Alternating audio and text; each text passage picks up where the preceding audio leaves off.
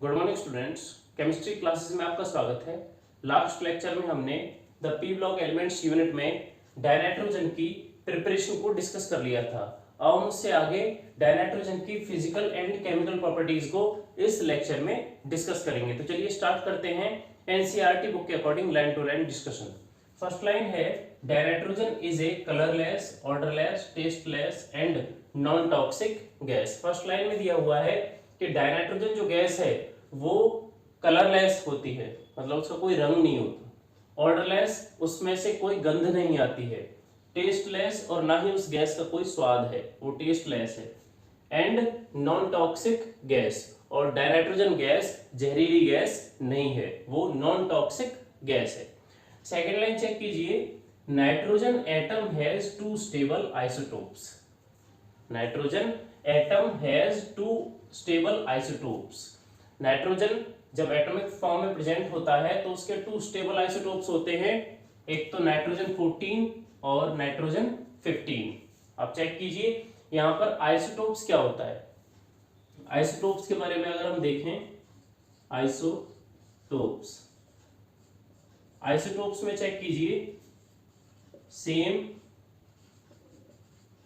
Atomic number but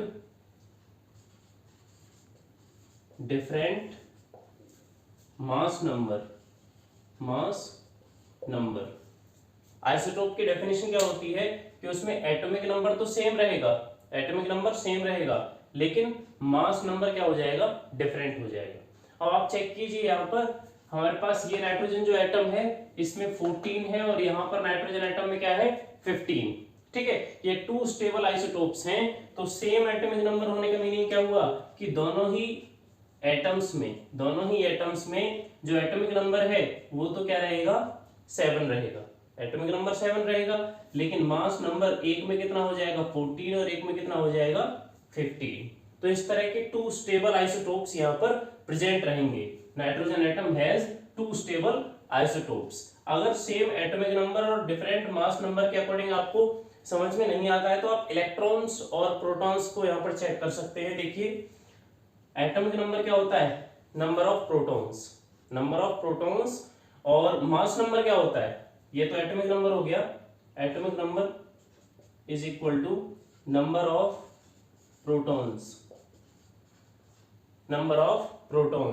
और अगर हम मास नंबर चेक करते हैं तो मास नंबर क्या होता है, number of protons plus number of neutrons. Number of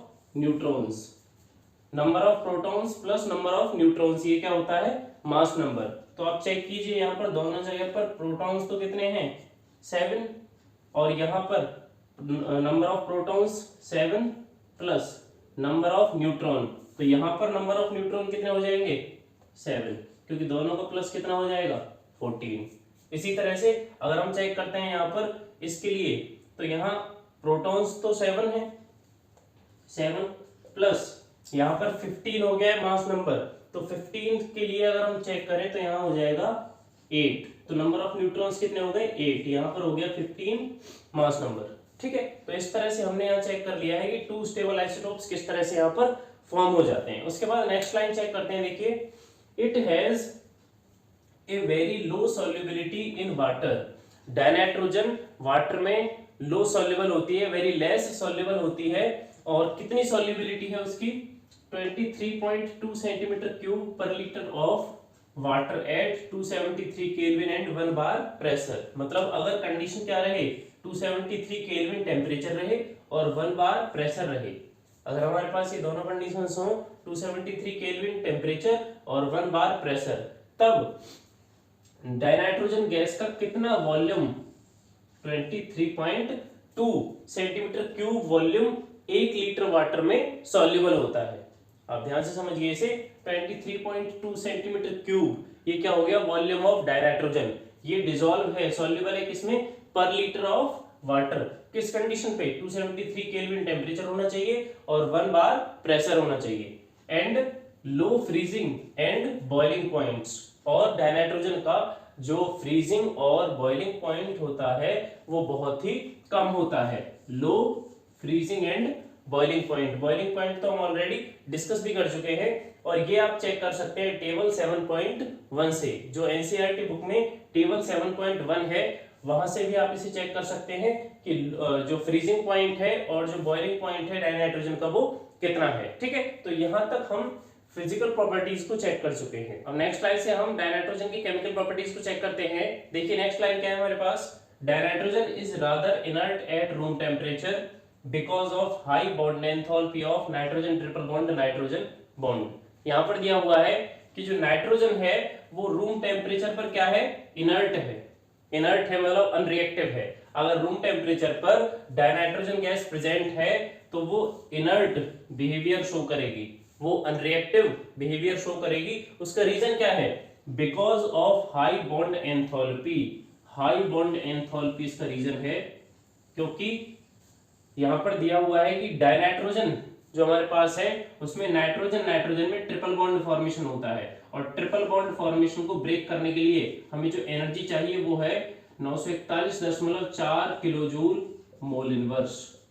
941.4 kilojoule mole inverse. ये जो हमारे पास एनर्जी है किसके लिए है, 1 मोल जो हमारे पास N2 मॉलिक्यूल है उसमें जो ट्रिपल बॉन्ड प्रेजेंट है, इस ट्रिपल बॉन्ड को ब्रेक करने के लिए जो एनर्जी चाहिए वो है 941.4 किलोजूल। ठीक है, और ये एनर्जी रूम टेम्परेचर से बहुत ज्यादा है, रूम टेम्परेचर से बहुत ज्यादा है, जिसकी वजह से डाइनाइट्रोजन गैस जो होती है वो रूम टेम्परेचर पर क्या होती है, इनर्ट होती है। ठीक है जी। Reactivity however increases rapidly with rise in temperature. अब यहां पर दिया हुआ है रिएक्टिविटी के बारे में कि रिएक्टिविटी इंक्रीज होगी, यद्यपि रिएक्टिविटी इंक्रीज होगी रैपिडली बहुत तेजी से विद राइज इन टेम्परेचर। अब आप चेक कीजिए, यहां इन्होंने बात कही है फर्स्ट लाइन में कि रूम टेम्परेचर पर तो ये इनर्ट मॉलिक्यूल की तरह बिहेव करेगा, कि नाइट्रोजन जो गैस है ये इनर्ट की तरह बिहेव करेगी।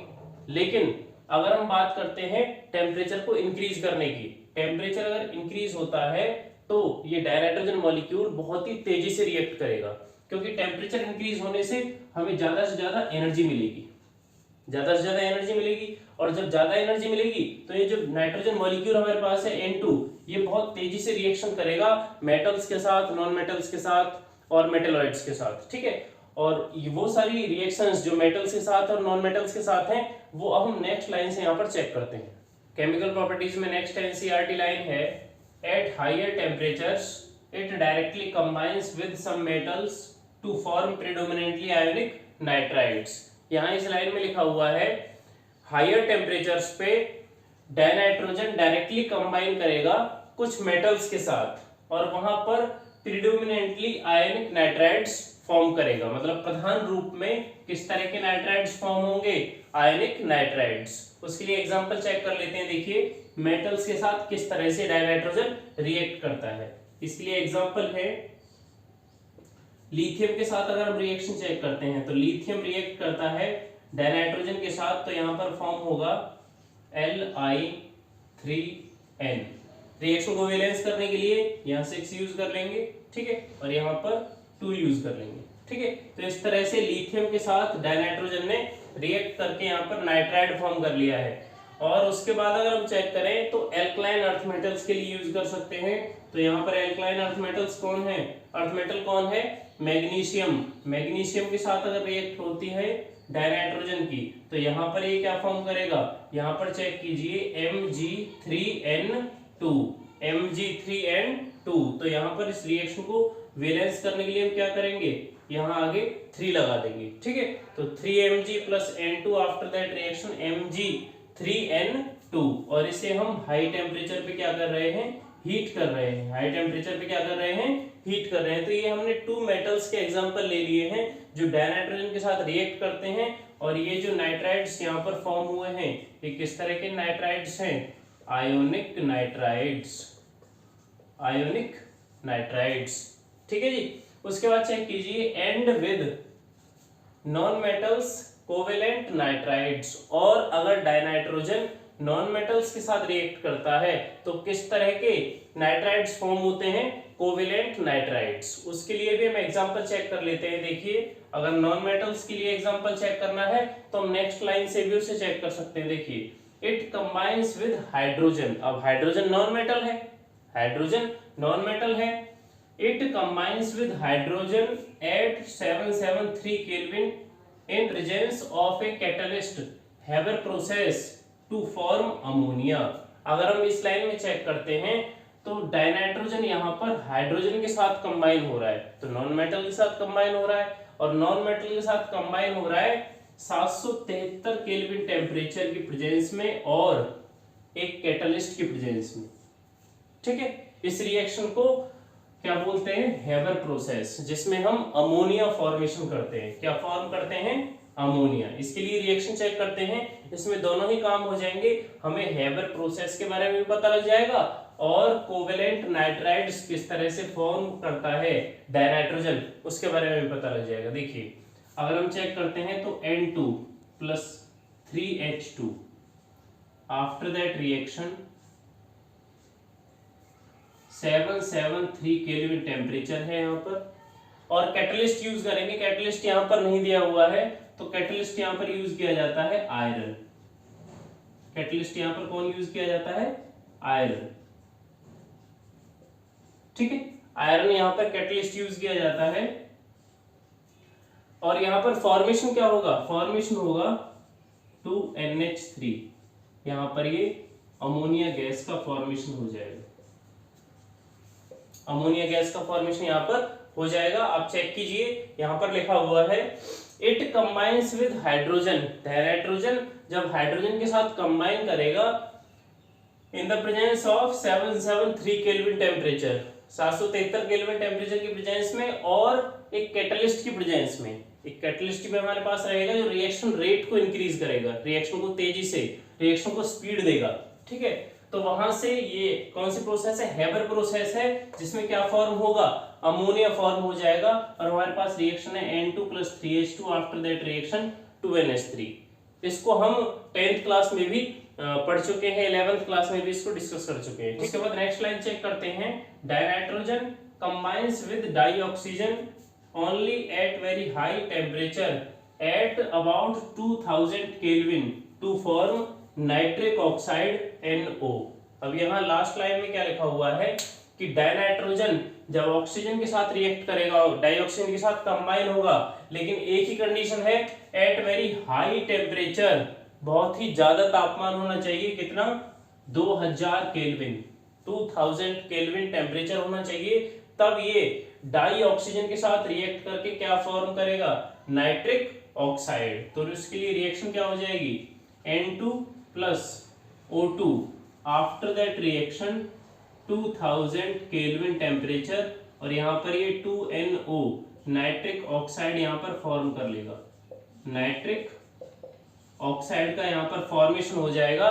तो आप चेक कर सकते हैं, यही लिखा हुआ है dinitrogen combines with dioxygen, dinitrogen oxygen के साथ कंबाइन करेगा और क्या फॉर्म कर लेगा, नाइट्रिक ऑक्साइड। लेकिन कंडीशन क्या दी हुई है, at very high temperature 2000 kelvin, 2000 kelvin temperature यहाँ पर होना चाहिए। ठीक है, तो इस तरह से हमने केमिकल प्रॉपर्टीज में एनसीईआरटी बुक के अकॉर्डिंग लास्ट लाइन को भी डिस्कस कर लिया है। अब हम यहाँ पर डाइनाइट्रोजन के यूजेस को डिस्कस करेंगे। केमिकल प्रॉपर्टीज के बाद अब हम चेक करते हैं यूजेस ऑफ डाइनाइट्रोजन। देखिए फर्स्ट लाइन है यहाँ पर, the main use of dinitrogen is in manufacture of ammonia and other industrial chemicals containing nitrogen, example calcium cyanamide.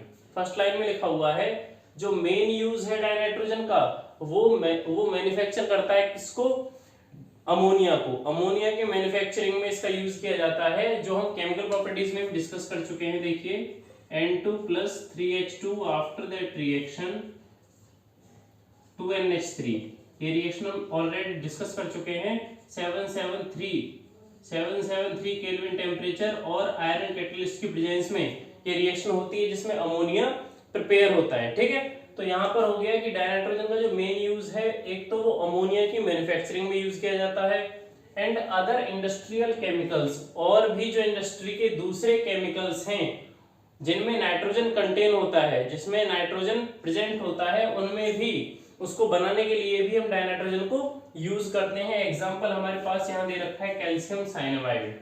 Calcium cyanamide, जिसका फॉर्मूला है CaCN2।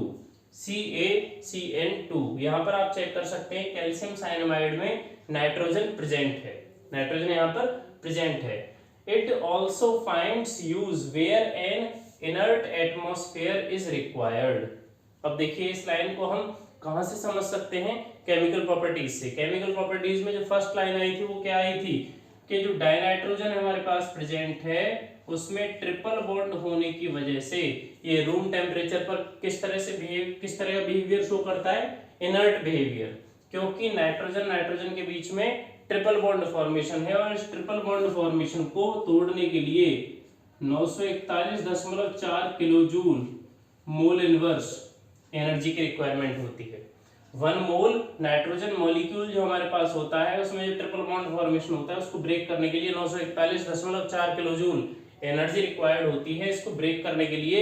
इसलिए ये जो 941.4 किलो जूल एनर्जी है ये रूम टेम्परेचर पर प्रेजेंट नहीं होती, जिसकी वजह से ये इनर्ट नेचर शो करता है। ठीक है, तो अगर हमें कहीं भी इनर्ट एटमॉस्फेयर रिक्वायर्ड हो, अगर हमें कहीं भी इनर्ट एटमॉस्फेयर रिक्वायर्ड हो तब हम क्या करेंगे, डाइनाइट्रोजन गैस का यूज कर सकते हैं। और ये ज्यादातर कहां पर होता है, iron and steel industry. Iron और स्टील इंडस्ट्री में हमें इनर्ट एटमॉस्फेयर की रिक्वायरमेंट होती है, इसलिए डाइनाइट्रोजन का यूज इंडस्ट्रीज में किया जाता है। Inert diluent for reactive chemicals, जो हाईली रिएक्टिव केमिकल्स होते हैं इंडस्ट्रीज में, जो हाईली रिएक्टिव केमिकल्स होते हैं उनके लिए डाइल्यूएंट की तरह, मतलब उन केमिकल्स को डाइल्यूट करके रखा जाता है। लेकिन डाइल्यूट किसके साथ किया जाता है, इनर्ट डाइनाइट्रोजन के साथ, इनर्ट डाइनाइट्रोजन के साथ, क्योंकि डाइनाइट्रोजन उनके साथ रिएक्शन तो करेगा नहीं रूम टेम्परेचर पे, ठीक है, लेकिन उन्हें डाइल्यूट कर लेगा, मतलब उन केमिकल्स के कोई हार्मफुल इफेक्ट प्रेजेंट नहीं होंगे। Liquid dinitrogen is used as a refrigerant to preserve biological materials, food items and in cryosurgery. अब देखिए इस लाइन में भी हमें इनर्ट नेचर की शो हो रहा है कि अगर हम गैसियस डाइनाइट्रोजन यूज करते हैं तब भी और लिक्विड डाइनाइट्रोजन यूज करते हैं तब भी ये दोनों तरह से इनर्ट नेचर ही शो करता है। तो यहाँ लिखा हुआ है liquid dinitrogen is used as a refrigerant to preserve, सुरक्षित रखता है, प्रिजर्व करता है किसको, बायोलॉजिकल मटेरियल्स को, जीव विज्ञान का जितना भी सामान जो मटेरियल होता है उसको, फूड आइटम्स और भोज्य पदार्थों को, जितने भी भोजन हैं उनको भी ये इनर्ट एटमॉस्फेयर प्रोवाइड करता है। जैसे अगर हम बात करें चिप्स की, जो चिप्स पैकेट्स होते हैं, ये 10th क्लास में भी टॉपिक है, चिप्स पैकेट्स में डाइनाइट्रोजन को फिल किया जाता है जिससे अंदर का जो मटेरियल है वो इनर्ट रह सके, वो आउटर एटमॉस्फेयर से खराब ना हो जाए, इसके लिए हम इनर्ट N2 उसमें फिल कर देते हैं। जो चिप्स पैकेट्स होती हैं उसमें डाइनाइट्रोजन गैस भरी जाती है, ठीक है, क्योंकि इनर्ट एटमॉस्फेयर प्रोवाइड करना है। एंड इन क्रायोसर्जरी, और अगर मेडिकल साइंस की बात करें तो क्रायोसर्जरी में डाइनाइट्रोजन का यूज किया जाता है, क्योंकि क्रायोसर्जरी में हम क्या करते हैं, किसी भी शरीर की सर्जरी करनी होती है तो उस शरीर में इन्फेक्शन ना हो जाए, किसी भी बॉडी में इन्फेक्शन ना हो जाए, तो आसपास का जो एटमॉस्फेयर होता है उसको हम इनर्ट बना लेते हैं। किसकी हेल्प से, डाइनाइट्रोजन की हेल्प से। डाइनाइट्रोजन की हेल्प से हम क्रायोसर्जरी में आसपास के एटमॉस्फेयर को हम इनर्ट बना लेते हैं, जिससे इजीली हम क्रायोसर्जरी को परफॉर्म कर सकते हैं, ठीक है। तो ये यहाँ पर हमने कुछ यूजेस को डिस्कस किया है डाइनाइट्रोजन के लिए, ठीक है। तो इस लेक्चर में हमने डाइनाइट्रोजन की फिजिकल एंड केमिकल प्रॉपर्टीज को भी डिस्कस कर लिया है और यूजेस ऑफ डाइनाइट्रोजन को भी डिस्कस कर लिया है। आई होप कि आपको ये तीनों टॉपिक्स अच्छी तरह से समझ में आए होंगे। अगर उनमें कोई डाउट है तो आप कमेंट सेक्शन में पूछ सकते हैं।